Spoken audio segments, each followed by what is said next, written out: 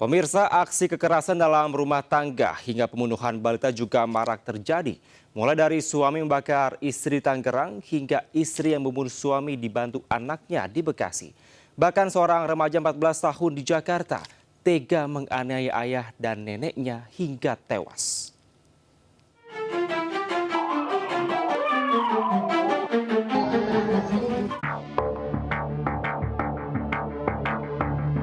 Pertengahan tahun ini, aksi kekerasan dalam rumah tangga marak terjadi. Seorang suami membakar istri ketiganya di Cipondoh, Kota Tangerang, Banten. Korban sempat berontak saat pelaku menyulutkan api ke tubuhnya yang sudah disiram dengan bensin. Meski warga berhasil padamkan api, korban terluka bakar di sekujur tubuhnya. Aksi pembakaran itu terjadi diduga karena pelaku cemburu. Korban kerap jalan bareng dengan sepupunya.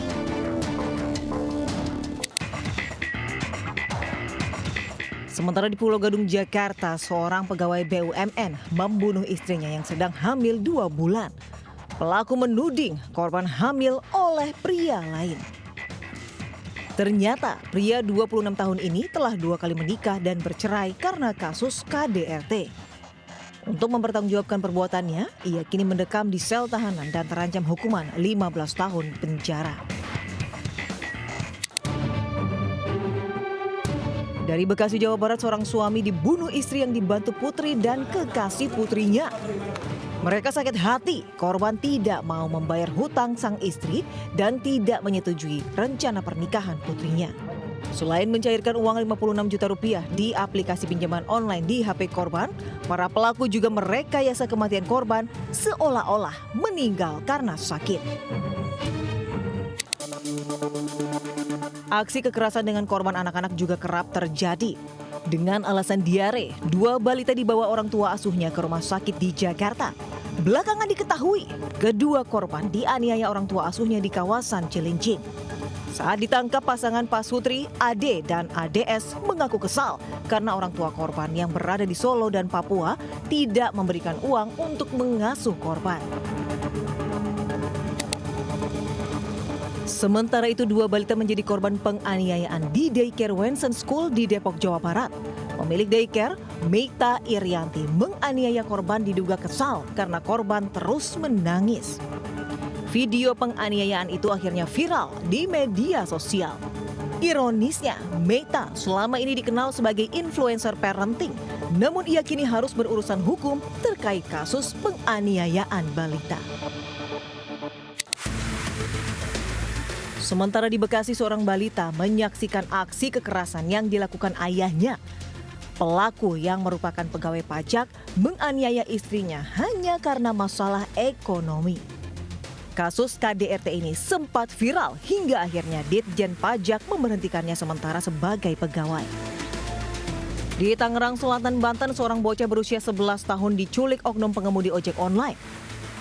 Aksi penculikan korban di Jalan Jelupang Serpong Utara, Tangerang Selatan sempat terekam kamera CCTV. Pelaku datang lalu menawarkan uang jika mau ikut untuk mengantarkan pesanan barangnya. Hasil pemeriksaan, pelaku tidak hanya membawa berkeliling, namun juga melecehkan secara seksual bocah umur 11 tahun itu. Pada akhir Oktober 2024, warga digegerkan dengan penemuan jasad wanita dengan kondisi tanpa kepala di pinggir tanggul dermaga Pelabuhan Muara Baru, Jakarta Utara. Polisi kerahkan anjing pelacak dan menemukan kepala korban sekitar 600 meter dari lokasi temuan jasad. Hasil otopsi, korban merupakan Sinta Handiana, seorang ibu rumah tangga berusia 40 tahun, warga Babakan Binong, Kecamatan Curug, Tangerang, Banten. Tim Jatantras Polda Metro Jaya kemudian menangkap pelaku pembunuhan Fauzan Fahmi di kawasan Penjaringan, Jakarta Utara. Ternyata tersangka yang berprofesi sebagai tukang jagal hewan pernah menikah siri dengan korban pada 2022. Sakit hati dengan perkataan korban yang menghina orang tua dan istrinya menjadi motif pembunuhan hingga mutilasi. Tersangka bahkan sempat meminta bantuan rekannya untuk membawa jasad Sinta yang terbungkus karung dengan alasan membawa ikan tuna. Ia pun dikenakan pasal pembunuhan berencana dengan hukuman 15 tahun penjara.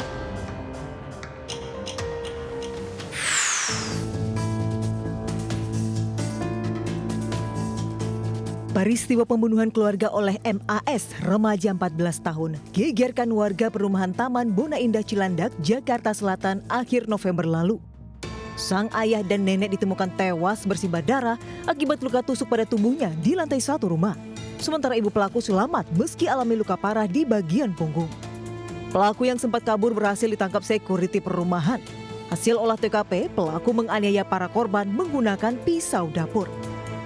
Setelah serangkaian penyelidikan, petugas penyidik unit pelayanan perempuan dan anak Satreskrim Polres Metro Jakarta Selatan menetapkan MAS sebagai tersangka atau anak yang berhadapan dengan hukum.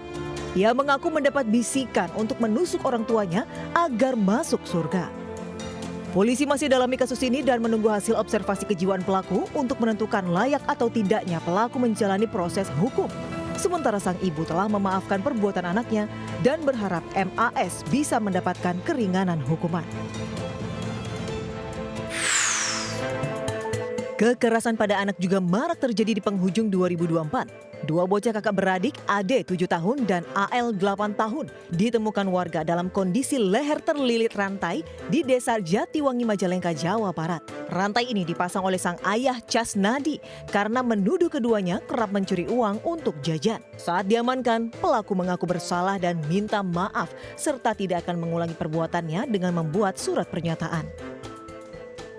Di Batam, Kepulauan Riau, bocah kelas 6 SD, AS, ditemukan tetangganya dengan kondisi penuh luka lebam dan leher terlilit rantai yang terkunci gembok besar. Ternyata bocah malang ini jadi korban penganiayaan ibu kandungnya ZR hanya karena tidak hafal ayat Quran. Saat diperiksa, pelaku berdalih menganiaya anak keduanya sebagai bentuk disiplin lantaran korban kerap berbohong dan mencuri barang tetangga. Di Pemalang, warga digegerkan dengan penemuan jasad Salsabila Syarifatus Salamah 9 tahun dalam karung di dapur rumahnya di Desa Kaliprahu, Ulu Jami. Jasad pertama kali ditemukan sang ayah dengan sejumlah luka memar di tubuh dan bibir. Usai meminta keterangan saksi, polisi langsung mengamankan seorang pria, KA, 16 tahun, yang merupakan tetangga dekat korban. Pelajar SMK ini mengaku tak kuat menahan hasrat akibat kecanduan menonton video porno.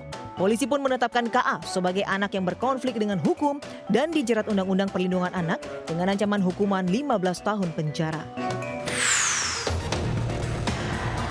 Kasus dugaan pelecehan seksual yang melibatkan Iwayan Agus Wartama alias Agus Buntung, seorang penyandang disabilitas, jadi perhatian publik awal Desember 2024. Pria asal Mataram, Nusa Tenggara Barat ini ditangkap usai dilaporkan seorang mahasiswi. Meski sempat menyangkal, Agus akhirnya ditetapkan tersangka pemerkosaan terhadap korban yang mencapai 17 orang. Di mana para korban dari kalangan mahasiswi bahkan ada yang masih di bawah umur. Agus memanfaatkan kondisi disabilitasnya untuk mengambil hati para korban hingga merasa iba dan menaruh kepercayaan padanya. Saat itulah ia menggali informasi sampai ke hal privasi dan sensitif yang dijadikan sebagai senjata untuk mengancam hingga korban merasa terintimidasi dan menuruti keinginannya. Kini Agus Buntung berstatus sebagai tahanan rumah dan dijerat pasal tentang kekerasan seksual dengan ancaman hukuman 12 tahun penjara. Tim Liputan News melaporkan.